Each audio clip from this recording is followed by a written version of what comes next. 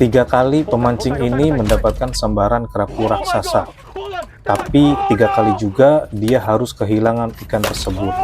Sampai akhirnya dia mengganti joran dan tali. Dan percobaan terakhir ini berhasil mengubah semuanya.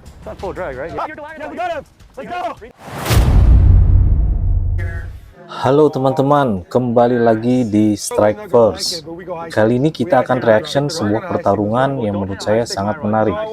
Seorang pemancing mencoba menaklukkan kerapu raksasa. Tapi masalahnya, dia bukan cuma sekali gagal. 3 kali percobaan harus berakhir dengan kegagalan. Dan pada percobaan terakhir, dia melakukan sesuatu yang cukup menarik.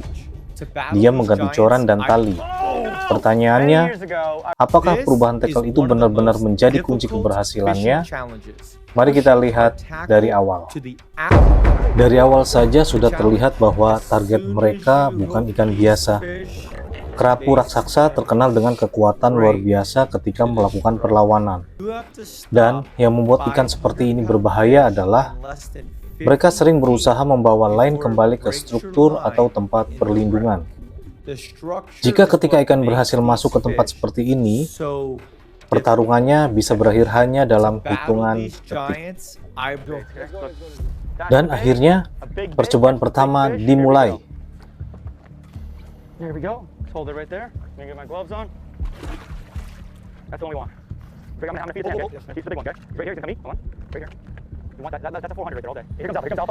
Nah, ini dia. Lihat bagaimana jorannya langsung mendapatkan tekanan. Dan wow, putus. Ini menunjukkan bahwa ikan yang berada di ujung line bukan ikan kecil. Sekarang masalahnya bukan lagi bagaimana mendapatkan strike. Masalahnya adalah bagaimana mempertahankan ikan ini tetap berada di luar struktur. Kalau kita lihat lagi, tekanan pada tackle memang sangat besar. Dan ketika ikan mendapatkan momentum untuk bergerak, sedikit saja kesalahan bisa membuat semuanya berakhir. Kalau saya lihat dari sini, saya mulai curiga, masalahnya bukan cuma di ikan. Tapi tentu saja, satu kegagalan belum membuat pemancing ini menyerah. Percobaan kedua dilakukan. Here we go. We're gonna go for strike 2 or a base hit. Let's see what happens. Here we go. This time you might get him. Got a pen authority this time. Oh, look at the big one. Really big. Oh my gosh. Get ready. Get ready. Really big. Yeah, I see something big down there. Hold on. Something really big.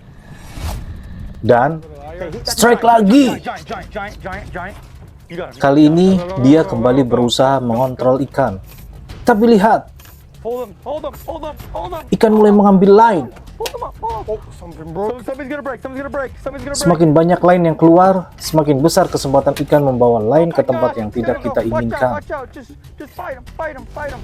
Dan sekali lagi, wah, gagal lagi. 2 kali mencoba, 2 kali kehilangan ikan. Dan sekarang tekanannya semakin besar, tapi dia masih belum menyerah. Untuk ketiga kalinya, dia kembali mencoba.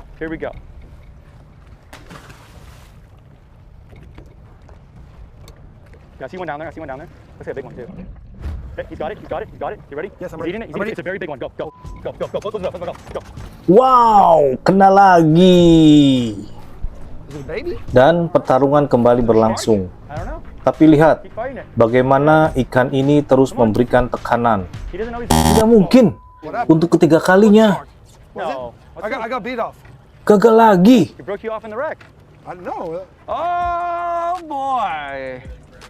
Dan disinilah cerita mulai berubah.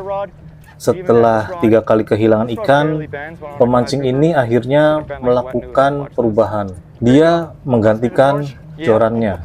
Nah, ini bagian yang paling menarik. Karena setelah 3 kali gagal, sekarang kita akan tahu apakah tackle sebelumnya memang menjadi masalah. Dan akhirnya percobaan terakhir dimulai. Wow, dapat. Ini berbeda dari 3 percobaan sebelumnya. That's a big one. Sekarang pemancing memiliki tackle yang berbeda, tapi ikan ini masih memberikan perlawanan yang luar biasa. Ikan kembali mencoba mengambil line, dan sekarang kita bisa lihat seberapa besar tekanan yang diterima tackle. Kalau putus lagi di sini, saya nggak tahu harus bilang apa. Tapi kali ini, line masih bertahan. Jorannya juga masih mampu menahan tekanan. Setelah pertarungan panjang, ikan akhirnya mulai mendekati kapal. Tapi jangan lengah, karena ikan besar bisa melakukan perlawanan terakhir kapan saja. Akhirnya, setelah 3 kali gagal, percobaan terakhir ini berhasil. Seekor kerapu raksasa berhasil ditaklukkan. Dan menurut saya, inilah bagian paling menarik dari video ini. 3 kali kegagalan memberikan satu pelajaran penting. Menargetkan ikan besar bukan hanya soal umpan atau lokasi. Peralatan juga harus sesuai dengan target. Ketika ikan memberikan tekanan luar biasa, joran, reel, dan line harus mampu mengimbanginya. Kalau menurut kalian, apakah mengganti joran dan tali memang menjadi kunci keberhasilan pemancing ini? Atau sebenarnya faktor lain yang menentukan? Tulis pendapat kalian di komentar. Kalau kalian suka reaction dan analisis seperti ini, jangan lupa subscribe Strike First, karena masih banyak pertarungan dengan monster fish yang akan kita bahas. Saya Budi, dan ini Strike First.